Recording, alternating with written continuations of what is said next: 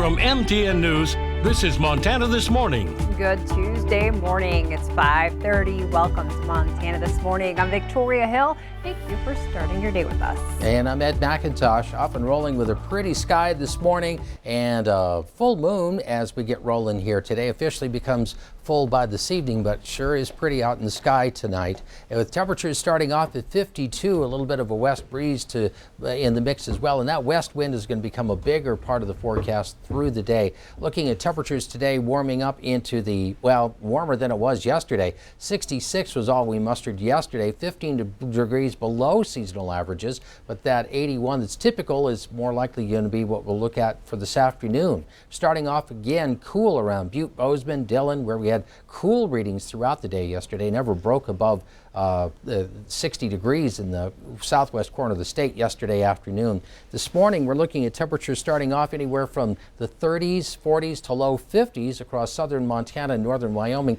but generally with a clear sky and a little bit of a breeze off the mountain foothills. Those winds increase a bit by later in the day, but the temperatures also move back up closer to seasonal averages. Take a closer look at the effects of the wind, the warming, and another cool down coming up in a few minutes. And it hasn't really sunk in that it's the first day of September. That's right. You're right. Absolutely. And suddenly we make that transition into thinking more about fall weather patterns. And I like how the color of your tie matches the color of the moon right now. Thank you very much. I'm so glad you noticed. The corn moon, right? The corn moon. Is it why it's that color, or is that like smoke related? Well, just that this time of the year, we start thinking about the corn harvest coming in, so it's traditionally known as the corn moon. All right. Nothing to do with color. Got it. Not really, but it does work out today. Yeah, it really does. It does. All right. Well, I will get on to the news. Something I am sure of. Thank you very much. Thank you. We begin here in Yellowstone County, where more than 900 complaints have been filed against bars and casinos for ignoring COVID-19 restrictions, but none of them have been charged with a crime. Montana's Phase 2 directive doesn't allow complaints to result in citations, meaning repeat violators would have to be charged in court. Yellowstone County leaders say they've had success educating problem establishments rather than prosecuting them. But for local businesses following the rules, that's not good enough. If we're going to continue losing money and not being able to employ our staff, we may be forced to stay open until 2 o'clock if the county or the local police department chooses not to enforce the governor's guidelines. In Yellowstone County, businesses must get 3 formal complaints before their case ends up in the hands of the county attorney. Well, another life was lost due to the coronavirus in Bighorn County, Montana. A man in his 70s became the 16th resident to pass away while infected with COVID-19 there. Yellowstone County added 27 cases on Monday. Almost 2,000 Montanans are infected with the coronavirus. Across the country, the number of confirmed COVID-19 cases has surpassed the 6 million mark.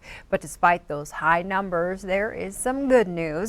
Since August, cases have come down, deaths are starting to decline, and hospitalizations are down. 3 vaccines are now in Phase 3 trials in the United States, though they likely won't be available until early 2021.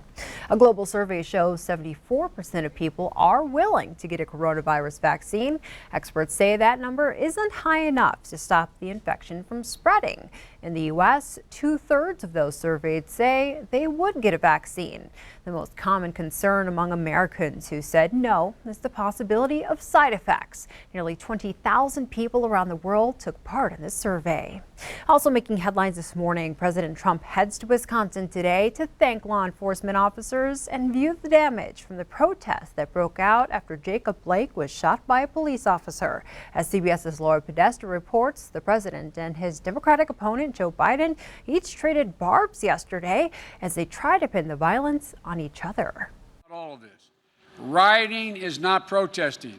Looting is not protesting. Democratic presidential nominee Joe Biden condemned the violence and destruction that has sometimes followed peaceful protests around the country. Jacob Blake! At a speech in Pittsburgh, the former vice president blamed President Trump for fanning the flames. Donald Trump has been a toxic presence in our nation for 4 years, poisoning how we talk to one another.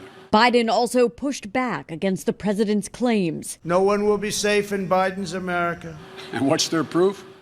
the violence we're seeing in Donald Trump's America. At the White House yesterday, President Trump argued Biden will work with the rioters. The rioters and Joe Biden have a side. They're both on the side of the radical left. But Biden said that's also not true. Do I look like a radical socialist with a soft spot for rioters? The president heads to Kenosha, Wisconsin today to meet with law enforcement officers who responded to protests following the police shooting of Jacob Blake. And it could increase love and respect for our country.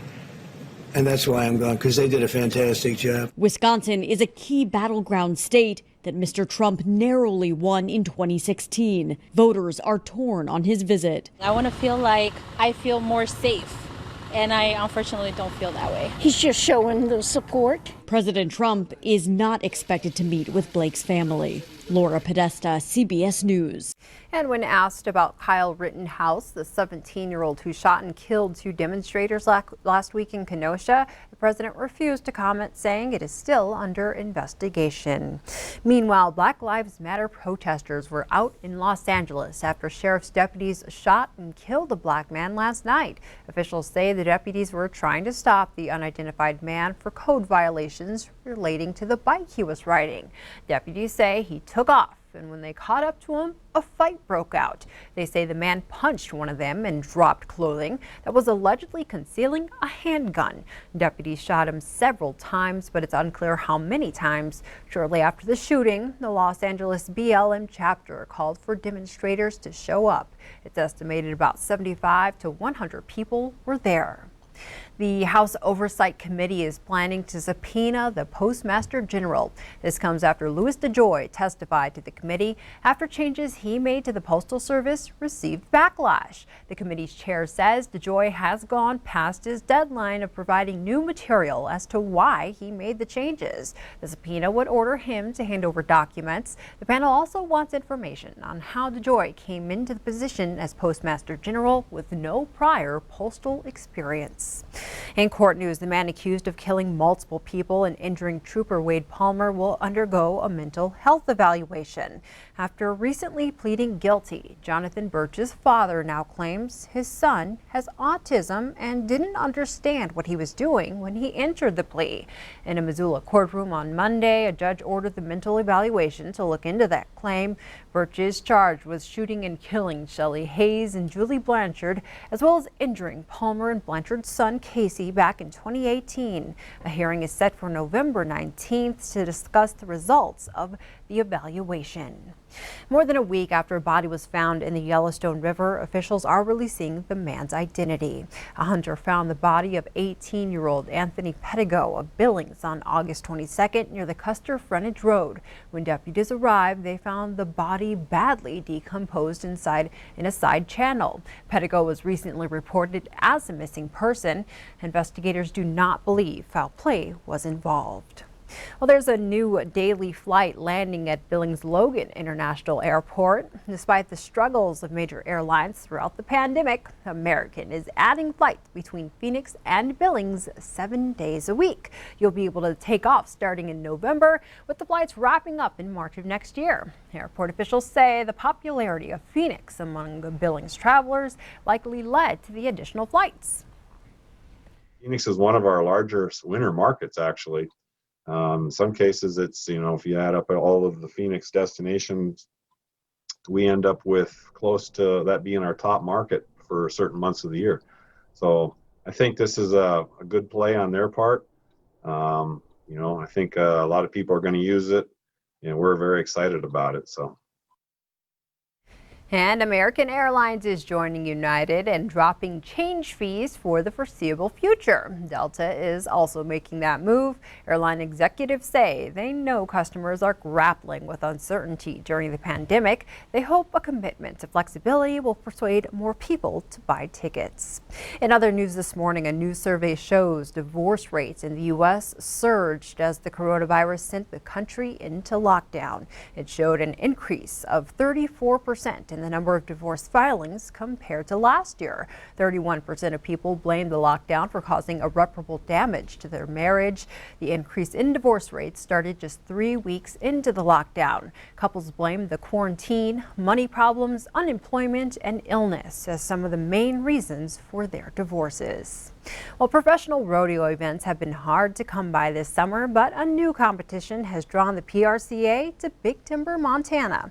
The athletes are thrilled to have another place to compete. In the year of COVID-19, more than 3/4 of PRCA rodeos have been canceled.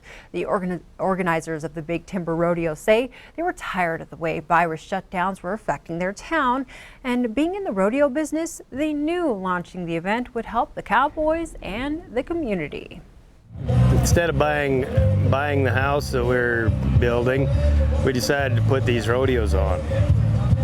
So we invested our money into this community. It was dying just like every other small community in the country. The rodeo's big finale is tomorrow night at 7 o'clock at the fairgrounds in Big Timber. And before we take a break, check out some great video from our national parks. For the first time in almost 7 years, the Giantess geyser in Yellowstone National Park erupted. Last week, the geyser in the Upper Geyser Basin roared back to life. The Giantess is known for its violent shakes when it does erupt. And in Glacier National Park, some hikers are reminding us to be bear aware after they encountered a grizzly near Hidden Lake. A man and his wife spotted the bear and noticed some hikers nearby. The hikers seemed unaware of the bear headed their way, so they started yelling warnings. While the bear charged at one point and the people ran, no one was injured and the grizzly eventually went away. Montana Fish, Wildlife and Parks strongly advises against running because it can trigger a natural predator-prey attack response. Thank you so much.